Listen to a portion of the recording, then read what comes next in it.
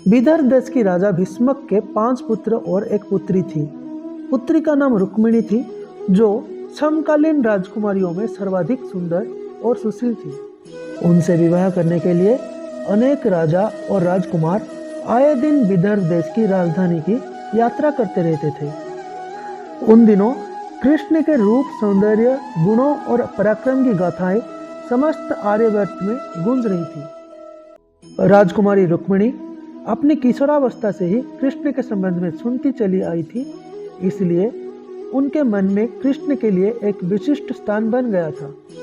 फिर जब वो युवती बन गई तो उन्होंने अनुभव किया कि तीनों लोक में कृष्ण से श्रेष्ठ वर उनके लिए कोई भी नहीं हो सकते हैं। इसलिए उन्होंने मन ही मन कृष्ण को अपना पति मान लिया था।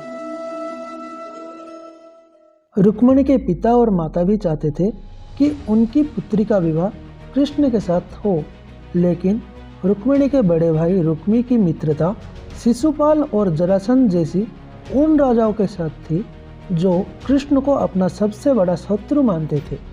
उन राजाओं को कृष्ण के साथ कई बार पराजय का सामना करना पड़ा था, फिर भी उनकी शत्रुता की आग बुझ नहीं पाई थी। जब रुक्मी को पता चला कि उनकी बहन कृष्ण के साथ विवाह करना चाहती है और उनके पिता माता भी इससे सहमत है, तो उन्होंने एक दिन राज्यसभा में घोषणा कर दी कि उनकी बहन रुक्मिणी का विवाह चेदी नरेश शिशुपाल के साथ होगा। इस घोषणा के साथ ही उन्होंने अपने पिता भीष्मक को भी धमकी दे डाली कि अगर उन्होंने उनकी घोषणा का विरोध किया तो वो उन्हें राज सिंहासन से हटाकर राज्य पर अधिकार कर लेंगे और फिर जबरदस्ती रुक्मिणी का विवाह शिशुपाल के साथ ही कर देंगे। भीष्मक को अपने राज्य जाने का तो उतनी चिंता नहीं थी जितनी चिंता अपनी प्रजा की कल्याण की थी। वो अच्छी तरह से जानते थे कि रुक्मी के राजा बनते ही राज्य की वही हालत हो जाएगा जो शिशुपाल और बाणासुर जैसे अत्याचारी और निरंकुश राजाओं के राज्य की है। यही सब सोचकर उन्होंने रुक्मी की घोषणा का विरोध नहीं किया।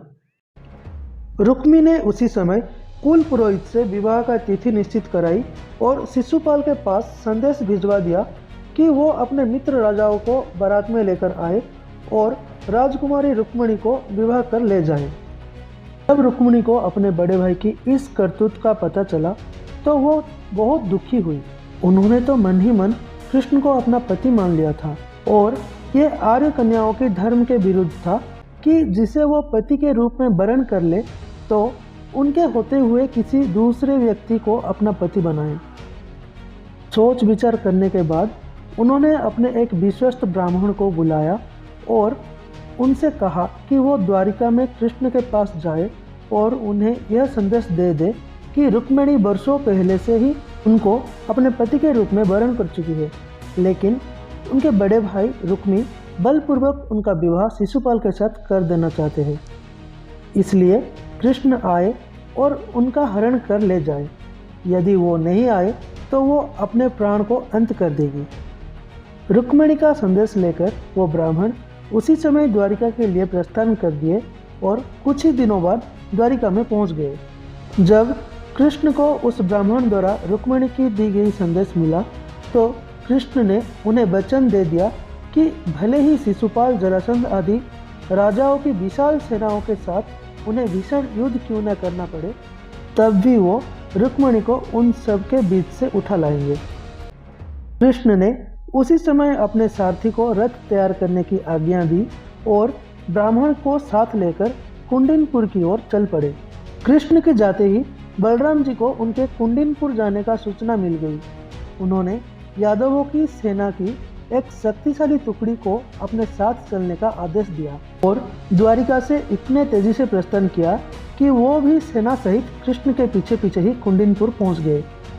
उस तरफ कृष्ण और बलराम की पहुंचने से पहले ही शिशुपाल अपने साथी राजाओं की विशाल सेनाओं के साथ कुंदिनपुर पहुंच चुका था। शिशुपाल के मित्र जरासंध, शल्य, पौंड्रक, दंत, बकव और विदुरथ आदि अनेक राजाओं की कई अक्षौहिणी सेना बारात में शामिल थी।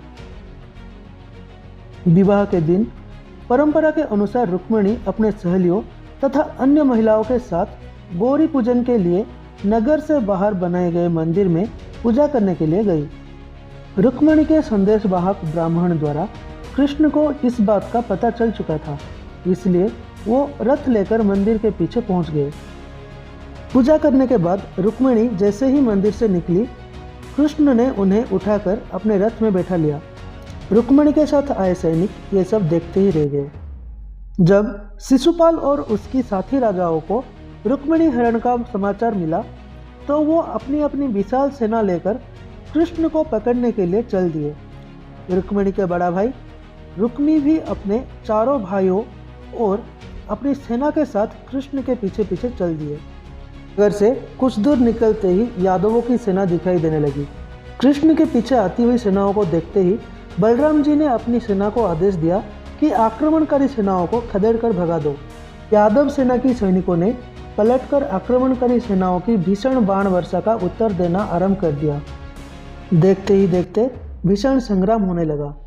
यदुवंशियों की थोड़ी सी सेना ने शिशुपाल, जरासंध और उनके साथी राजाओं की विशाल सेनाओं पर इतनी भयंकर बाण वर्षा की कि वो सिर पर पांव रखकर भागने लगी। अपनी सेनाओं का संहार होते और उन्हें भागते देख शिशुपाल और उनके साथी राजा भी अपने अपने प्राण बचाकर भाग गए।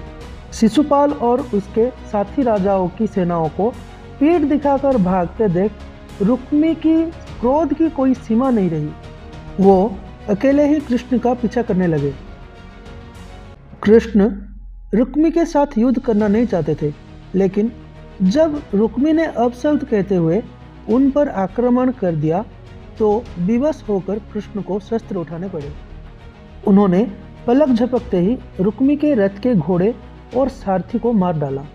और तो और रुक्मी भी उनके बाणों से घायल हो गए। कृष्ण ने अपनी तलवार संभाली और झपटकर रुक्मी को पकड़ लिया और उन्हीं के उत्तरीय से उनका हाथ पैर बांधने के बाद उनके सिर तथा दाढ़ी मूंछों के बाल जगह जगह से मूंदकर उन्हें कुरूप बना दिया। रुक्मी यह प्रतिज्ञा करके कृष्ण से युद्ध करने चले थे कि अगर वो अपनी बहन रुक्मिणी को कृष्ण के हाथों से छुड़ाकर नहीं लाएंगे तो कुंदिनपुर में लौटकर नहीं आएंगे। राम जी के कहने पर जब कृष्ण ने उन्हें छोड़ दिया तो वो अपने बचे हुए सैनिकों को लेकर एक निर्जन प्रदेश में चले गए और वही नया नगर बसाकर रहने लगे। यहाँ श्री कृष्ण रुक्मिणी को लेकर विजयी यादव सेना के साथ द्वारकापुरी लौट आए, जहाँ विधि पूर्वक उनका विवाह रुक्मिणी के साथ कर दिया गया। इस वीडियो में बस इतना ही। अगर ये वीडियो आपको अच्छा लगा तो वीडियो को लाइक, शेयर और चैनल को सब्सक्राइब जरूर करें। धन्यवाद। जय श्री कृष्ण, जय जगन्नाथ।